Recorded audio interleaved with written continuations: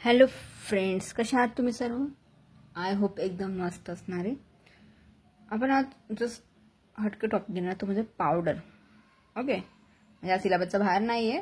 तुम्हाला हाय तुमचे जे डोस होते त्याच्यामध्ये solid dose, liquid dose and semi solid डोसमध्ये होते ना, त्याच्यामधलाच पॉईंट आहे की सॉलिड डोस होते त्याच्यामध्ये काय क्लासिफिकेशन होतं पावडर, तर हा तो पार्ट बघतो आपण. ठीक आहे, ह्यामध्ये तुम्हाला हा एक इंट्रोडक्शन, ॲडव्हान्टेजेस अँड डिसएडव्हान्टेज, एकदम इझी आणि सिम्पल आणि खूप इंटरेस्टिंग टॉपिक होणार आहे. ठीक आहे, तुम्हाला खूप खूप इंटरेस्ट येणार आहे ह्या टॉपिकमध्ये. आणि कन्फ्युजन होण्याचं कारण नाही, कारण की तुम्हाला माहिती पावडर तुम्ही डेली यूजमध्ये पण यूज करता.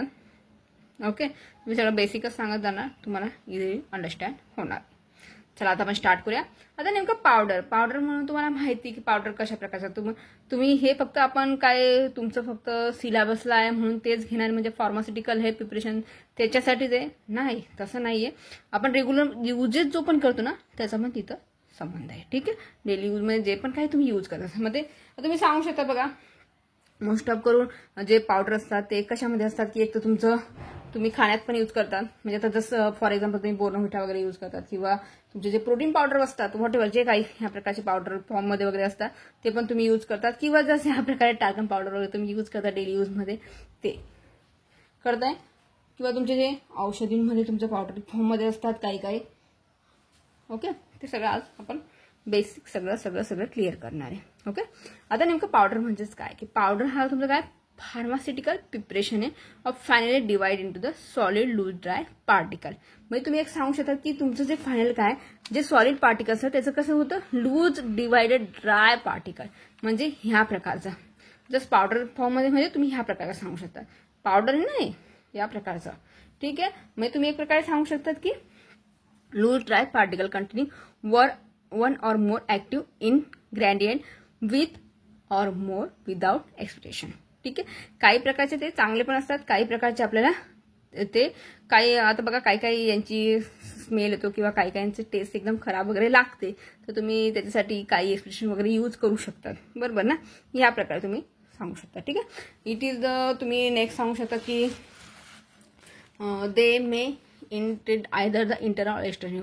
तुम्ही हा एक्सटर्नल पण यूज करू शकता आणि इंटरनल पण यूज करू शकता. मी आता तुम्हाला जे सांगितलं की इंटरनल यूज म्हणजेच काय, तुम्ही जे आता बघा दुधामध्ये वगैरे घेतात किंवा जेवणामध्ये वगैरे घेतात जे पावडर फॉर्ममध्ये असतात, व्हॉटेवर तुम्ही बोर्नव्हिटा घ्या, सपोज काही पण कुठलं पण घ्या, तर पावडर वगैरे तुम्ही घेता इंटरनली घेतात. बरं, फरक आहे. आणि एक्सटर्नल म्हणजे तुम्ही जसं आता पावडर फॉर्ममध्ये तुम्ही एक्सटर्नल यूज करतात, बरोबर ना, टाकन पावडर हे सगळं त्याच्यात आलं. ठीक आहे, आता याचे ऍडव्हान्टेजेस काय, या पावडरचे ऍडव्हान्टेजेस काय. ठीक आहे, आता ते बघूया. त्याच्यामध्ये तुम्ही सांगू शकता की इट इज द नॉर्मली तुम्ही सांगू शकता की हा जो तुमचा पावडर आहे तो they are the easy prepare होतो आणि इझी टू अप्लाय पण करू शकता. बरोबर ना, कारण की पावडर आहे तर तुम्हाला तिथं काही करण्याची गरजच पडणार नाही एवढं. ओके, जर तुमचं जर एखादा सॉलिड कंपाऊंड बनवतं तर काही प्रोसिजर लागते, पण हा कसा होतो प्रिपेअर हा इझिली होतो आणि तुम्ही काय करतो इझिली अप्लाय करू शकता. म्हणजेच कसं तुम्ही आता जसं दुधामध्ये वगैरे घेणार तर तो कसा आहे तुम्ही टाकला 1 टेबलस्पून टाकला, मिक्स केला, घेतला, तो पण इझिली पण अप्लाय होऊ शकतो. बरोबर, हा पावडरचा ऍडव्हान्टेजेस आहे. ठीक आहे, नेक्स्ट तुम्ही सांगा की इट इज द बोथ तुम्ही इंटरनल आणि एक्सटर्नल, आता मी जसं मागाशी सांगितलं की इंटरनल आणि एक्सटर्नल यूज करू शकता. नेक्स्ट तुम्ही सांगा की हा more stable than the liquid and semi solid preparation. हा कसा आहे मोर स्टेबल आहे कारण की लिक्विड आणि सेमी सॉलिड प्रिपरेशनपेक्षा. बरोबर ना, कारण की तुम्हाला जसं तुम्ही पावडर फॉर्ममध्ये ज्या प्रकारे घेणार आहे तो तुम्हाला इझिली घ्यायला आणि जस्ट सगळ्या गोष्टींमध्ये तो परफेक्ट असणार आहे. बरोबर की नाही. नेक्स्ट तुम्ही सांगतात की याचा high dose of drug in powder from easily and by mixing them food and drink.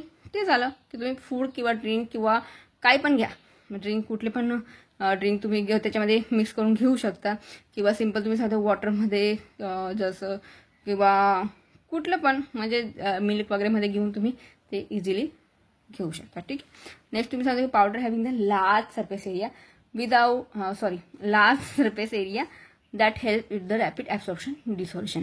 आता बघा याचा कसा असणार आहे, पावडरचा कसा लार्ज सरफेस एरिया असणार आहे आणि तो कसा असणार रॅपिड ऍब्सॉर्प्शन डिसॉल्युशन. आता बघा तुम्ही लक्षात येईल तुमचं, मी दाखवते तुम्हाला. हे पावडर आहे आणि जस्ट टॅबलेट आहे, बरोबर की नाही. याचा कसा सरफेस एरिया कसा दिसतो तुम्हाला लार्ज दिसतोय, बरोबर की नाही. हे बघा लार्ज सरफेस एरिया आहे, याचा कसा आहे एवढा लार्ज आहे का याच्यापेक्षा नाही आहे, बरोबर की. हे टॅबलेट फॉर्ममध्ये, पण हा इझिली डिझोल्युशन होऊ शकतो. आता तुम्ही मिल्कमध्ये टाकलं, 1 टेबलस्पून टाकला, इझिली तो मिक्स केला आणि घेतला तुम्ही. पण हे जे तुमची टॅबलेट आहे ती ब्रेक व्हायलाच टाइम लागून जाईल, बरोबर की नाही. हा जर ब्रेक व्हायलाच टाइम लागून जाईल म्हणजे तो आपल्या बॉडीमध्ये गेल्यानंतर पण त्याचे पार्ट व्हायला किती ते इझिली डिसोल्युशन होणार का? लवकर नाही होणार. म्हणजे तोच कॉन्सेप्ट आहे की याचा लार्ज सरफेस एरिया तर आहे, पण तो काय होणार इझिली तुम्हाला काय डिसोल्युशन होऊ शकतं, पण याचा आहे का? नाही. कळतंय? हाच पॉईंट आहे इथं. नेक्स्ट तुम्ही सांगू शकतात की त्याचे, आता बघा, ज्याचे ऍडव्हान्टेज असतात त्याचे काही प्रकार डिसऑडव्हान्टेजेस पण असणार, बरोबर की नाही. त्यामुळे तुम्ही पॉईंट सांगू शकता की it is a very difficult to the mass in bitter and unpleasant taste of the drug in powder form. आता काही जे असतात आपल्याला घेण्यासाठी एवढं चांगलं असतं, कारण की काही टेस्ट एकदम कशी लागते, बेकार लागते, मला माहिती, खराब टेस्ट लागते, म्हणून त्यामध्ये इझिली म्हणजे आपल्याला वाटतं की कसं, म्हणून ते पावडर फॉर्ममध्ये तो इझिली आपण काय करतो, मोस्ट ऑफ करून डिफिकल्ट होते, बरोबर की नाही. याच्यामध्ये इनॲक्युरेसी इन डोस, याच्यामध्ये ॲक्युरेसी राहते का? नाही. कारण की बघा, तुम्ही आता जर सपोज तुम्ही घेताय, तुम्ही जर मिल्कमध्ये पावडर घेताय, बरोबर की नाही. तुम्ही जे मिल्कमध्ये पावडर घेताय, आज 1 टेबलस्पून घेतलाय, बरोबर. आज 1 टेबलस्पून घेऊन तुम्ही त्याच्यात टाकला आणि मिक्स केलाय, तो घेतला. उद्या 1 टेबलस्पून घेणार, तोच टेबलस्पून, पण तो कम्प्लीट सेम टू सेम असणार आहे का? ॲक्युरेसी असणार आहे का? तो नाही असणार आहे. कारण की याच्यात थोडंफार कमी जास्त होईल ना, पावडर येतं ते आपल्याला होईल ना, एवढं मेजर आपण एकदम करेक्टली घेणार. पण तुमचं जे टॅबलेट वगैरे असते बघा, टॅबलेटमध्ये तुम्ही जर घेतली, सपोज टॅबलेट जर घेतली तर काय होणार, 1 टॅबलेट आज घेतली, 2nd टॅबलेट उद्या घेतली, सेम टू सेम असणार आहे. कळतंय की नाही. तसं बघ याच्यामध्ये ॲक्युरेसी असणार आहे का? नाही. म्हणून आपण काय म्हटलोय की इनॲक्युरेसी इन डोस. ठीक आहे. थर्ड पॉईंट तुम्ही सांगू शकतात की dispenser and hydroscopic drug cannot be dispense in powder form.